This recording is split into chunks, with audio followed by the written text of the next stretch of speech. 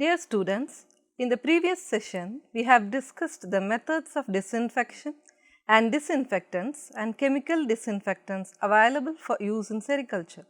We have also discussed about various bed disinfectants. In this session, let us discuss on different methods followed for silkworm egg incubation, practices for chalky mulberry in tropics and chalky worm rearing method. You all know that the life cycle of Bombyx mori demonstrates the most advanced form of metamorphosis termed holometabolous, the serial progressions of 4 distinct stages of development to complete one generation of the species, that are ova or egg, larva, pupa and imago. The number of generations per year or season depends on the volatilism of the silkworm strain and variables including temperature.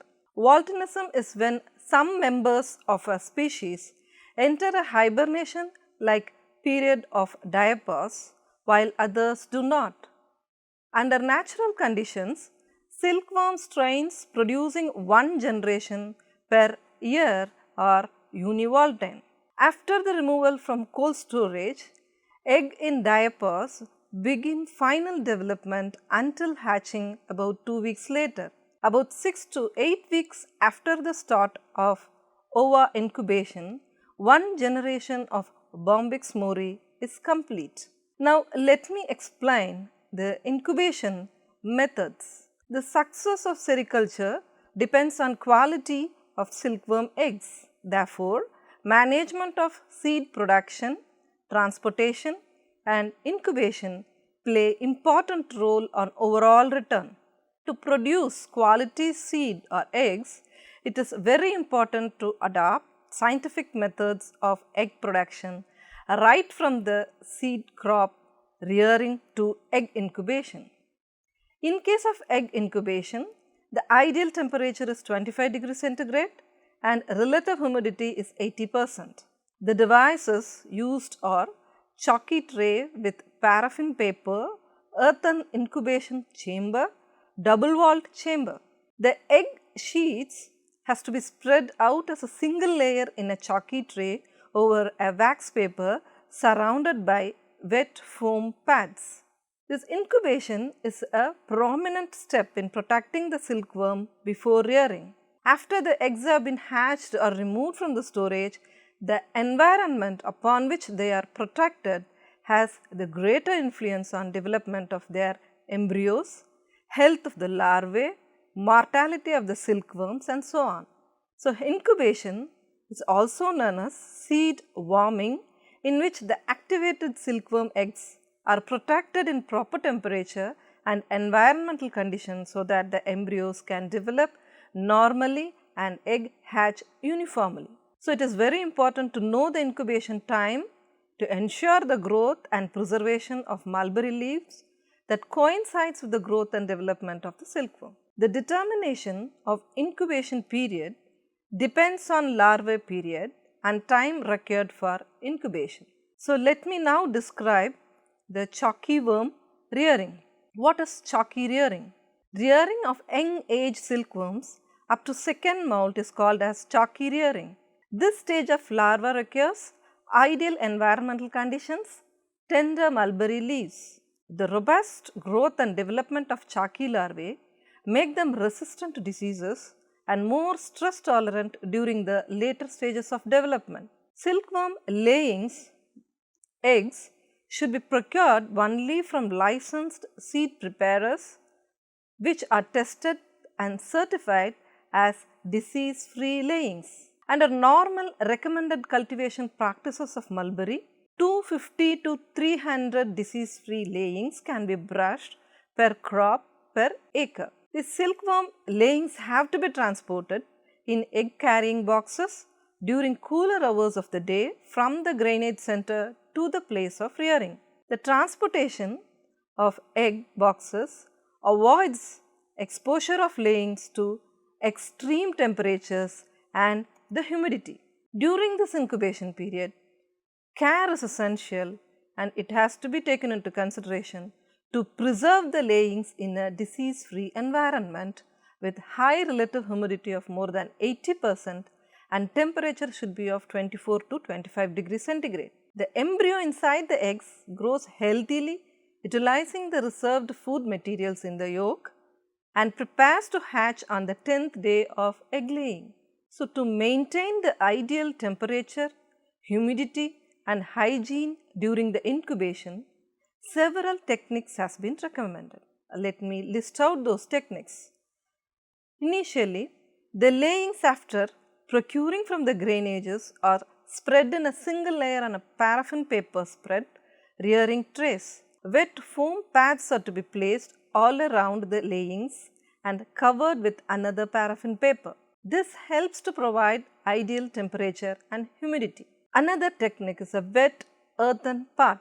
Well-baked earthen pot with wide mouth is filled with 2 to 3 kilograms of wet sand and egg sheets are tied to a stick and hung above the wet sand bed. Another technique is buried earthen pot method. A common round pot having a wide mouth is buried in clean sand up to the neck and sand is made wet. In both the above two cases, the sand is kept wet 1 day prior to incubation for preconditioning. So, the laying in sheets are tied to a rod or a stick and hung inside the pot and the pot is covered with a wet cloth. Now, the temperature is reduced to 5 to 10%. Eggs are incubated up to head pigmentation stage and then it is transferred to a black box. Another technique is a double walled chamber method. Here, the chamber is constructed using brick and mortar. A gap of about 3 cm is left in between the inner and the outer wall, which is filled with loose and clean sand. The standard size of the outer wall is 6 by 4 by 3 cm, while that of inner wall should be 4 by 2 by 3 cm, and this chamber should accommodate 5000 to 6000 disease-free layings. In case of incubation for loose eggs, it relates to the process where the loose eggs are being transported in a loose egg carrying box and then incubated in loose egg incubation frame.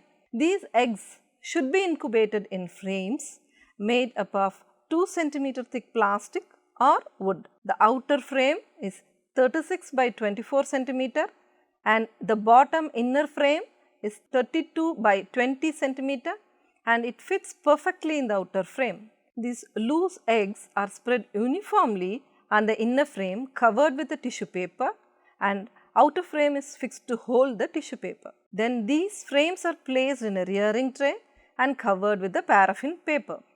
Each frame can hold 50 disease-free layings of loose eggs, that is of about 20,000 eggs. Another technique for uniform hatching of eggs followed is black boxing of eggs. This technique is subjecting developing eggs to a totally dark condition to synchronize the circadian rhythm of the silkworms. This ensures uniform synchronized hatching of eggs.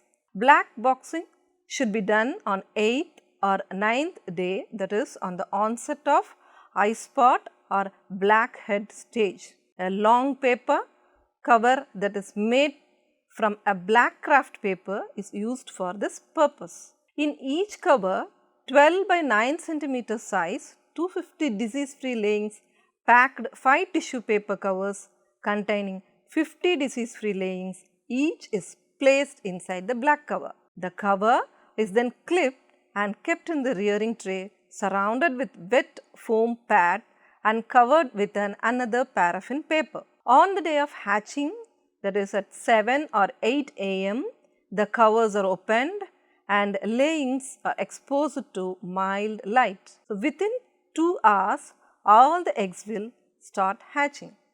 For acid treated bivoltan eggs, a minimum of 60 hours of black boxing, and for hibernating eggs, minimum of 72 hours of black boxing is required. Now, let me explain the practices for chalky mulberry gardens in tropics. The silkworm species Bombyx mori is a monophagous and highly domesticated insect. The qualitative and quantitative requirements of the feed for silkworms differ at different stages of larval period. It is generally established that young age silkworms require mulberry leaf of higher succulence, moisture and nutrient contents, but the late age worms feed on coarser leaf with less moisture content. The quality of leaf used for young worms is of greater relevance in view of the influence of chalky rearing on the late age silkworms and ultimately the success of the cocoon crop.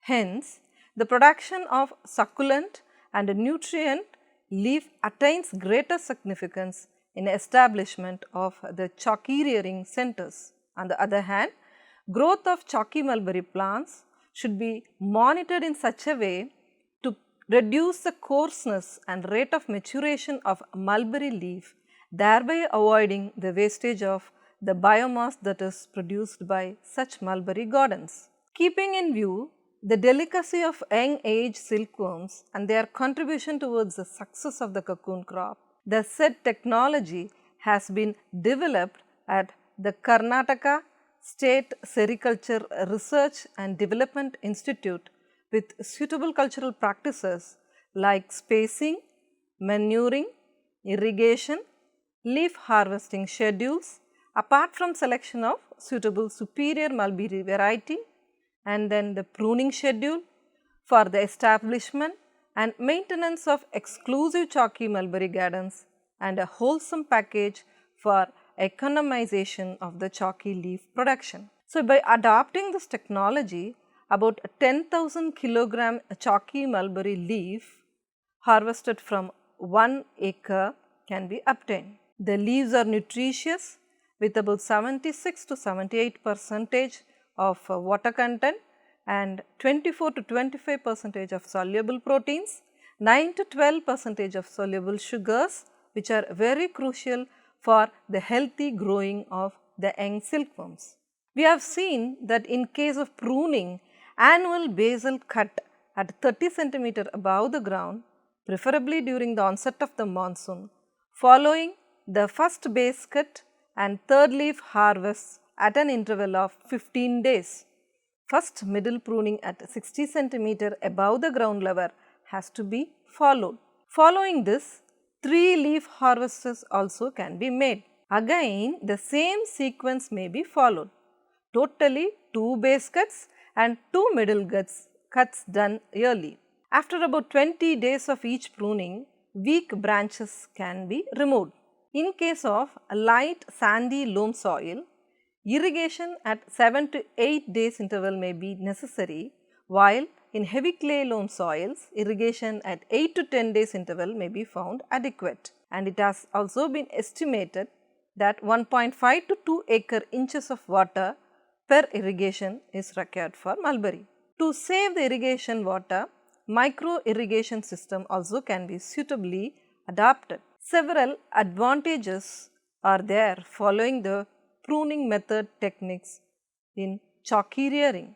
So, they are by the adoption of annual pruning, schedule of 4 prunings and 12 leaf harvests, higher leaf yield of about 10,000 kilograms per 0.4 hectare per year can be obtained, and 60,000 disease free layings can be brushed per year at the rate of 15 kilograms chalky mulberry leaf per 100 disease free layings.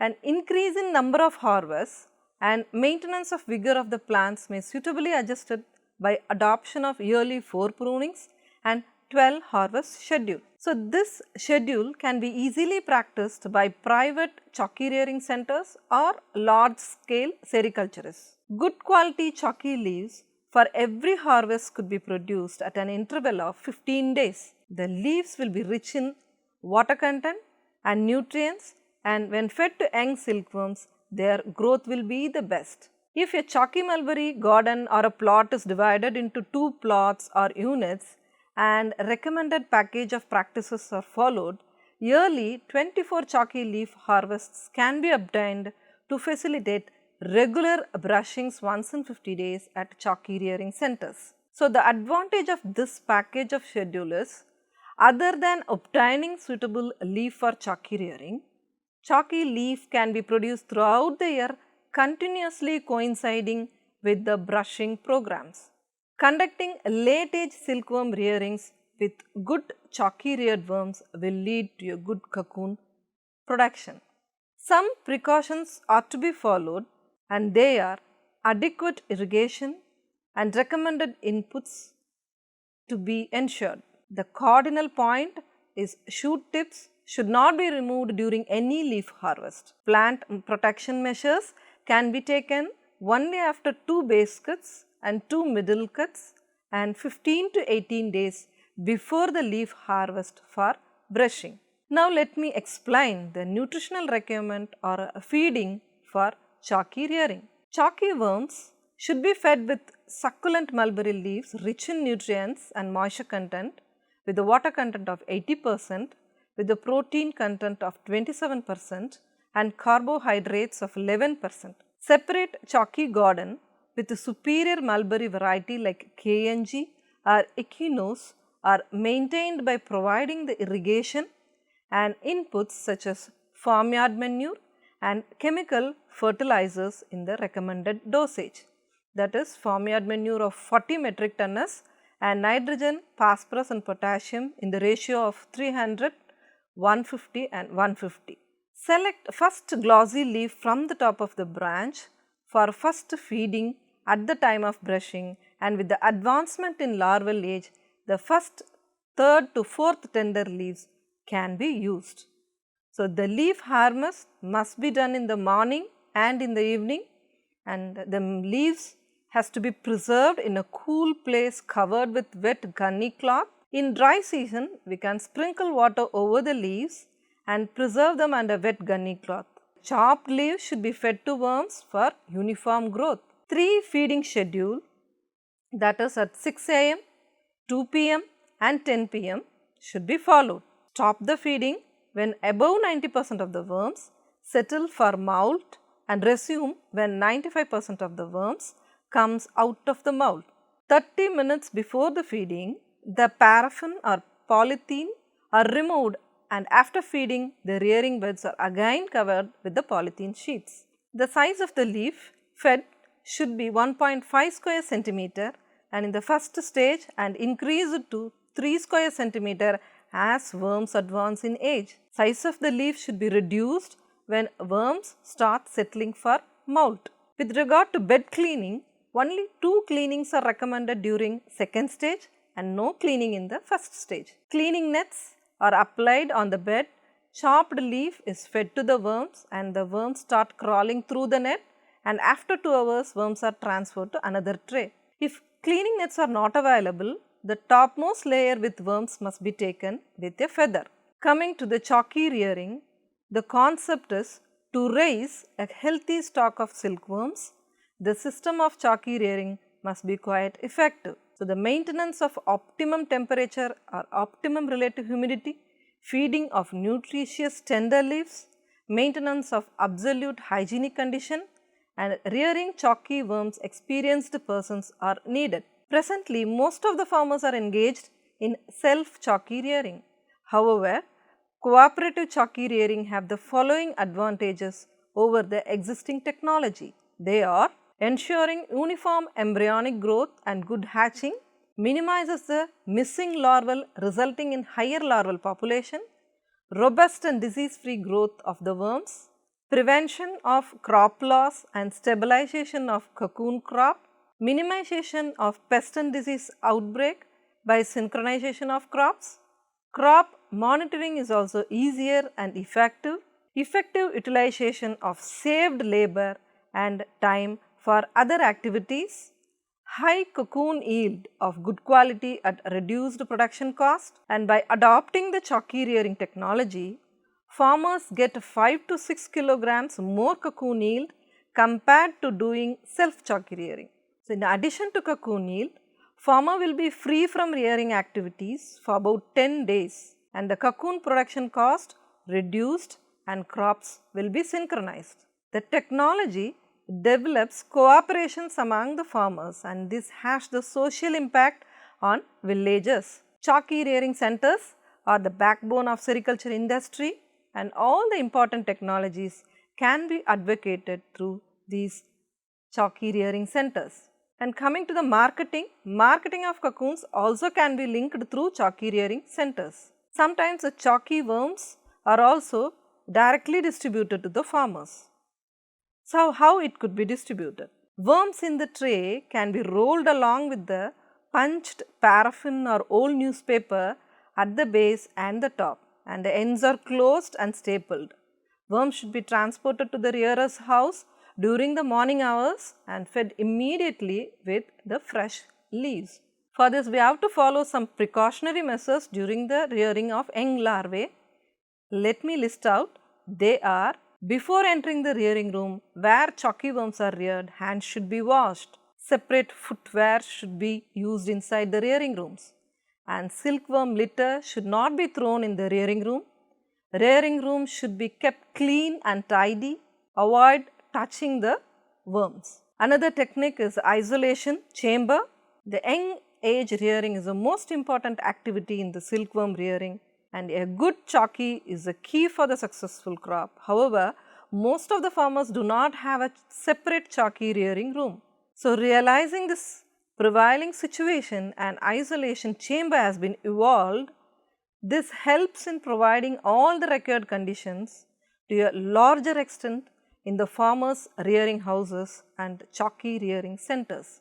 It is observed that when chalky is raised in such isolation chambers, there is an increased larval and cocoon weight with a better survival rate and therefore leading to higher yields.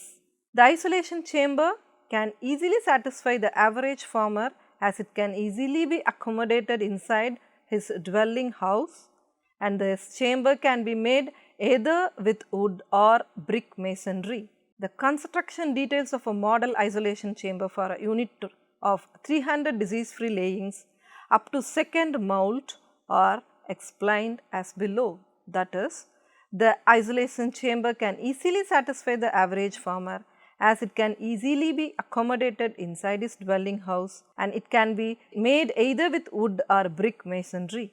And during the winter season, to increase the temperature, a 2 kV blowing type heat convector can be fitted to one of the ventilator in the bottom of the chamber, and the heat convector is connected to a thermostat to regulate the temperature. But during the summer, humidity of the chamber is increased by keeping water in a wide tray on the floor, in addition to the use of wet foam pads around the beds if necessary.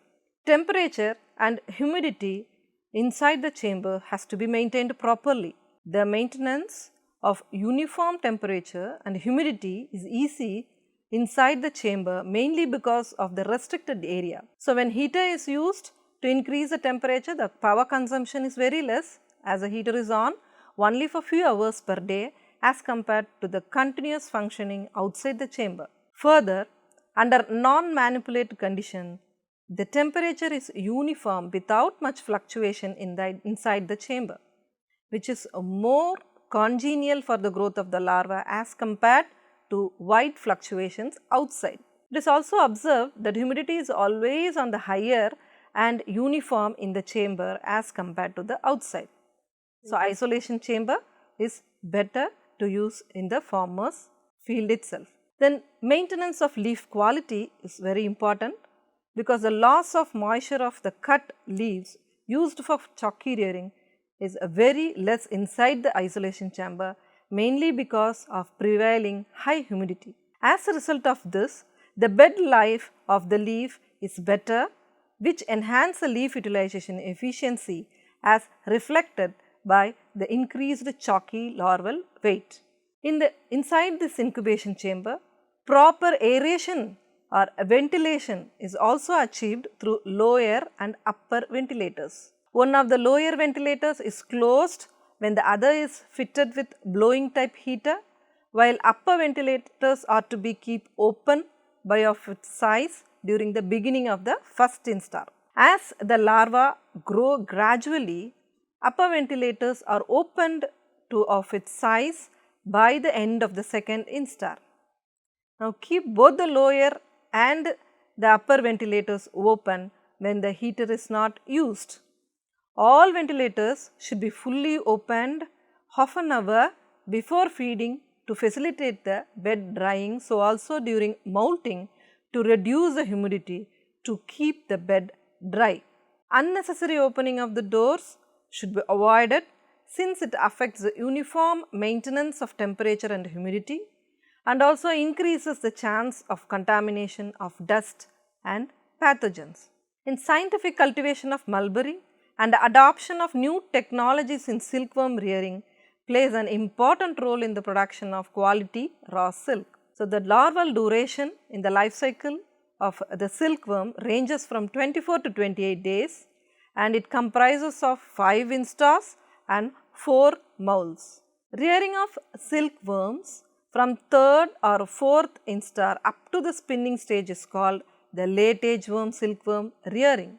During this period, the silkworms consumes more than 94% of total mulberry leaves required and 133 times increase in body size and 125 times increase in body weight and 1000 times increase in the silk gland weight from the time of hatching.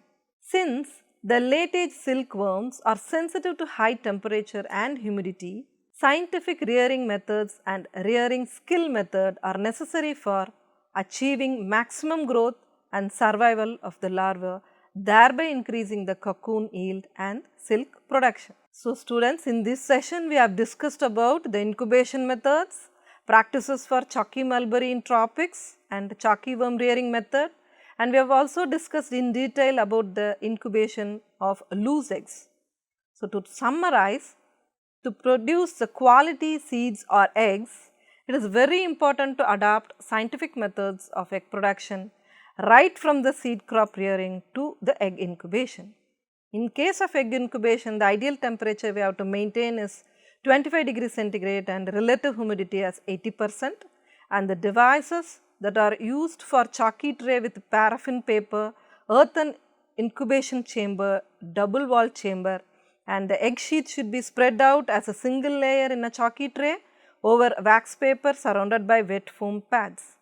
Incubation is hence a prominent step in protecting the silkworm before rearing, and after the eggs have been hatched or removed from the storage, the environment upon which they are protected has greater influence on development of their embryos, health of larvae, mortality of silkworms and so on. So, young age rearing is the most important activity in silkworm rearing. A good chalky is a key for a successful crop. However, most of the farmers do not have a separate chalky rearing room. So, realizing the prevailing situation, an isolation chamber has to be evolved, which helps in providing all the required conditions to a larger extent in the farmers rearing houses and chalky rearing centers. It is observed that when chalky is raised in such isolation chambers, there is an increased larval and cocoon weight with better survival rate and therefore leads to higher yields.